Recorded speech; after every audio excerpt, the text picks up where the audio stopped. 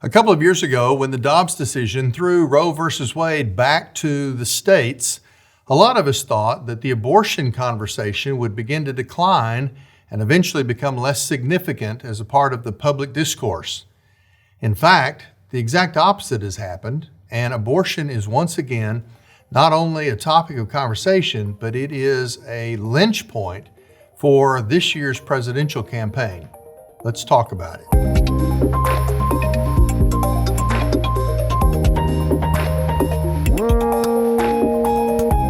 Vice President Kamala Harris made history recently.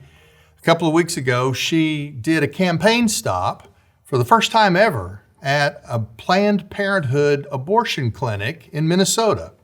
The operators of the clinic made a point during her speech to emphasize that the abortions happening in the back would not be paused, they would continue even while the vice president was there. Apparently, even a visit from a dignitary is not enough to stop the churning wheels of the abortion industry. What made this significant is no president or vice president has ever made an appearance at an actual abortion clinic. Clearly, the Biden-Harris campaign has set abortion as a linchpin issue for the 2024 presidential election, and the vice president went to Planned Parenthood to put on display full support of the Democratic Party platform for this issue of unrestricted, unrestrained abortion all the way up to the point of birth.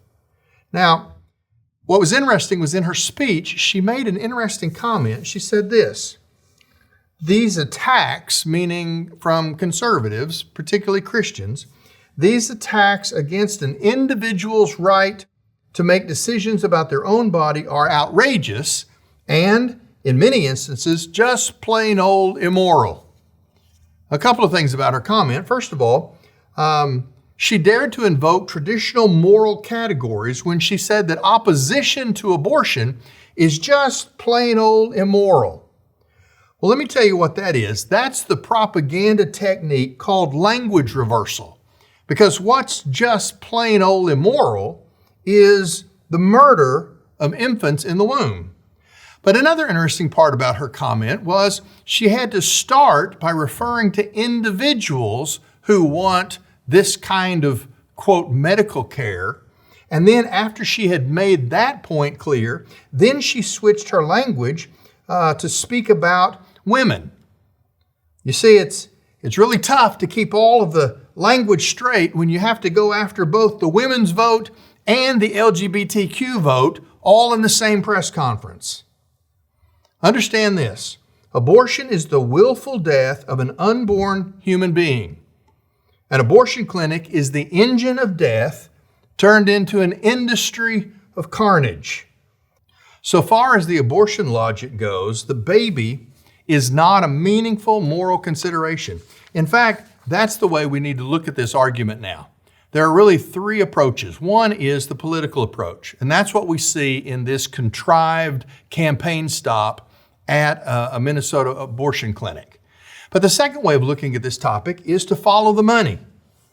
According to the Government Accountability Office, the GAO, Planned Parenthood, and two other international abortion groups collectively received in the last 3 years, the last 3 years that we have records for, 2019 through 2021, they received $1.89 billion in federal funds. Now, what's fascinating about that is there are federal laws on the books that make it illegal to use taxpayer dollars to fund abortion procedures. But there is a massive loophole in this process, because while it is against the law for those monies to be used for abortion services, it is not against the law for those monies to be used in other ways. So we have Planned Parenthood and two other international abortion agencies, the three agencies that are primarily responsible for something like 85% of all the abortions worldwide. They're receiving almost $2 billion in this 3-year span. And here's what they do with it. They self-righteously say, well, we don't use this for abortions because that would be against the law. But they do use it for political action committees, for lobbying efforts, for buying the influence that they need with politicians to impact the debate over abortion laws at state levels. In other words, if you're paying taxes, even though technically it's against the law for U.S. tax dollars to go towards the abortion industry, you need to understand that the tax dollars you and I are paying have gone to abortion agencies at almost $2 billion over a 3-year span so that they can further the agenda of that industry. In fact, it's not only just the donations that come through the federal budget. There is a massive amount of fraud that is beginning to be uncovered as we discover that the Paycheck Protection Program, the PPP that was through the pandemic, really designed by the federal government to help mom and pop stores maintain their payroll and keep their employees during the pandemic so that people wouldn't lose their jobs. That was not designed for massive companies receiving hundreds of millions of dollars of taxpayer monies. And yet, the numbers now, as we begin to audit these things, show that something like $90 million from the Paycheck Protection Program made its way into the pockets of some 500 employees of Planned Parenthood who are technically ineligible for that government assistance. There are 16,000 Planned Parenthood employees nationwide. This group was not eligible for those relief dollars, and yet the Biden administration gave away nearly $100 million illegally of relief to these groups. $100 million on top of the $1.9 billion. According to the GAO report, Planned Parenthood performed in a 3-year period 1.1 million abortions. That's 1,025 abortions per day. That's one abortion every 2 minutes. 98% of their offered services are directly related to abortion services. So legally, this loophole is so huge that legally we're supposed to believe that $2 billion has been granted to this organization so that they could fund the additional 2% of what they do that is not related to abortion. Well, follow the politicians. They're crooked as they can be. Follow the money because it is there in the billions. But follow the worldview as well. It's fascinating that one of the strange bedfellows right now in our culture is that there is political support for the abortion industry, and it is arm in arm with the political support for the IVF, the intravenous fertility industry. What's odd about that at first glance is you would think that the baby making industry and the baby taking industry would be at odds with nothing whatsoever in common. And yet, when we look at the reality, the fact of the matter is that IVF is a technology that does allow babies to be born, but even the leadership within that industry are campaigning for free and open abortion rights because of the worldview consistency that's necessary. You see, the essence of IVF is the same as abortion in that neither one of those approaches is child-centric. That is, the child is the object in the process, not the focus. Both IVF and abortion are adult-centric industries. And if the arguments against abortion eventually create an understanding in our culture that the unborn baby is a person with the rights of personhood, then the IVF industry has a real problem. Because as statistics tell us, the process of creating in the lab the children involved in IVF involve freezing, testing, transferring, and discarding hundreds of thousands of fertilized eggs that never make their way to full development as a baby. Statistics tell us that in 2019, out of 1 million embryos involved in IVF cycles, 84,000 made it to term. The remaining 900,000 did not. By comparison, in the same year, the CDC says that there were 629,898 abortions. In other words, by the numbers, the baby-making industry is responsible for the destruction of more little lives than the baby-taking industry.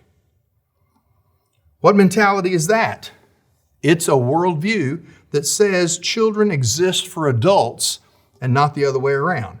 Both abortion and reproductive technologies determine a child's rights based on whether a child is wanted. Both abortion and reproductive technologies are adult-centric. Those who favor abortion on demand without apology measure success by whether the adults are happy at the end of the procedure, not by whether the child's body remains intact. The focus is on the adult's dreams, hopes, longings, sufferings, fears, and desires. In both industries, children must be regarded as objects of rights and not subjects of rights. If you want to see where this debate is going, follow the politicians, because they have a lot of stake in this game, follow the massive amounts of money, and then follow the worldview. All right, let's go to the worldview. What does Scripture actually tell us? Well, there's several places. Let me just give you these verses.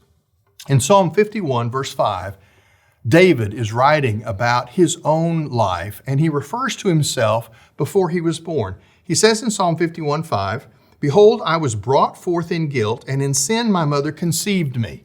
Now, the psalm is about David's sin, but this verse can be drawn out and used by implication to make the case that according to inspired Scripture, there is a personhood related to a child even before birth.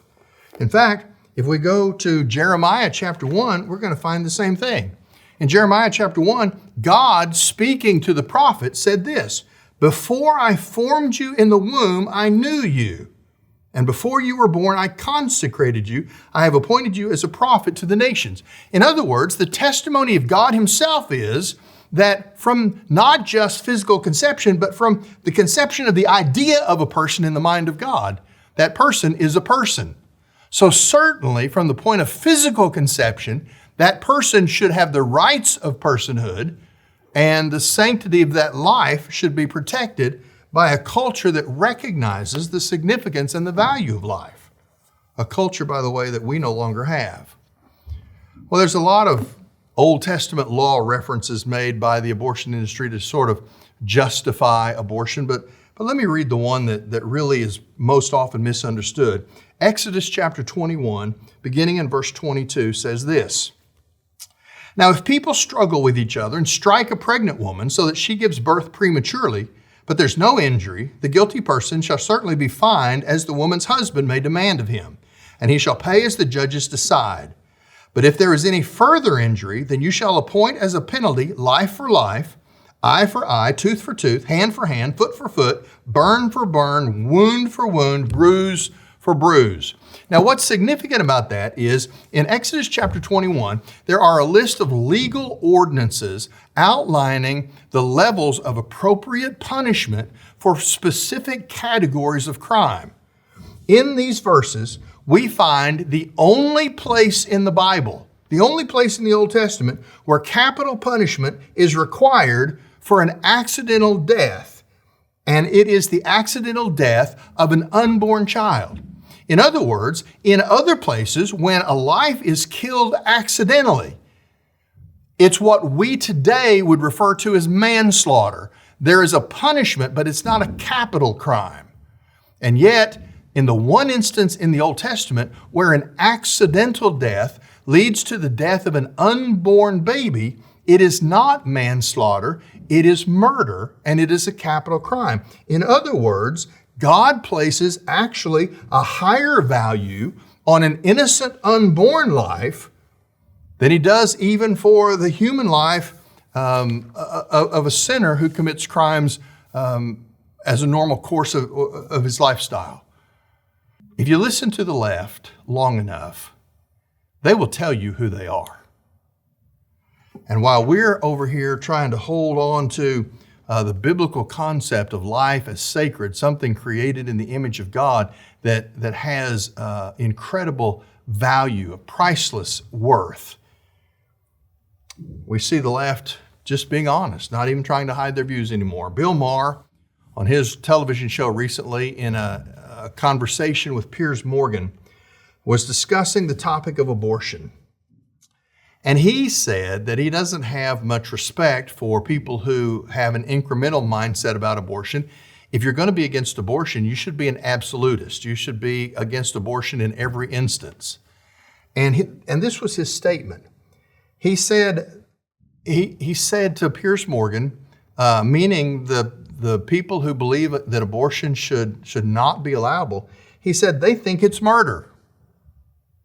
And then he went on to say this, and it kind of is. The difference between them, meaning pro-lifers, and us, meaning Bill Maher and his crowd, the difference between them and us is that I'm just okay with that. There are 8 billion people in the world, after all. We won't miss you. Did you hear what he said?